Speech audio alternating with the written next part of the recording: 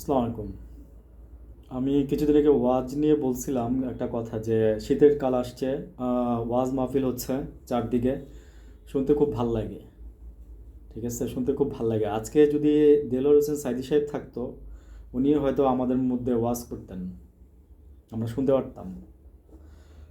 আহ, অনর্থক, মানে কি বলবো, অনর্থক বলতে কি, মানে জাস্ট কিছু রাজনৈতিক প্রতিহিংসা আহ, মানে করার জন্য, প্রতিশোধ নেওয়ার জন্য, জাস্ট এই যে নিজাম সাহেব, মানে মাশাআল্লাহ, মানে কত সুন্দর চেহারা ছিল, অথচ ওনাদেরকে মিথ্যা আসামি করে যুদ্ধ অপরাধী বানায় ওনাদেরকে শাস্তি দেওয়া হয়েছে, ফাঁসি দেওয়া হয়েছে। আমরা বাংলাদেশ থেকে অনেক অনেক অনেক বলতে পারেন যে অনেক মানে রত্ন হারাই ফেলছে। এই যে দেলোয়ার হোসেন সাইদি সাহেব, নিজামী সাহেব, ওনারা তো ইসলামের জন্য, মানে ইসলামের মানে ইয়ার জন্য কথা বলতো, মানে মানুষের ভালোর জন্য কথা বলতো।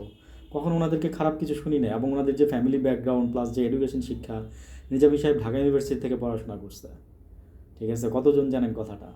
তারপরে যে আল্লামা দেলোয়ার হোসেন সাইদি সাহেব, ওনার শিক্ষাগত যোগ্যতা কি আমি জানি না, আমার মনে হয় ভালো হবে।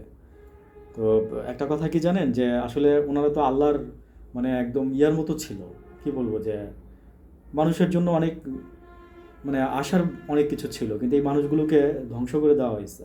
এই মানুষগুলোকে জাস্ট কি বলবো, যে একটা মানুষের নিজের মানে হীন চরিতার্থ পূরণ করার জন্য এই মানুষগুলোকে বিনা অপরাধে ফাঁসি দেওয়া হয়েছে। আজকে ওনারা যদি থাকতেন তাহলে মানে আরও অনেক ভাল লাগতো, আমাদের ভাল লাগতো আর কি, কারণ আমরা তো ওনাদেরকে দেখছি। যারা ওনাদেরকে ফিল করে নাই বা মানে বুঝে পড়ে, অনেক কম মানুষই আছে যে ওনাদেরকে চিনে না। দেলোয়ার হোসেন সাইদি সাহেবকে চিনে না অনেক কম মানুষই আছে।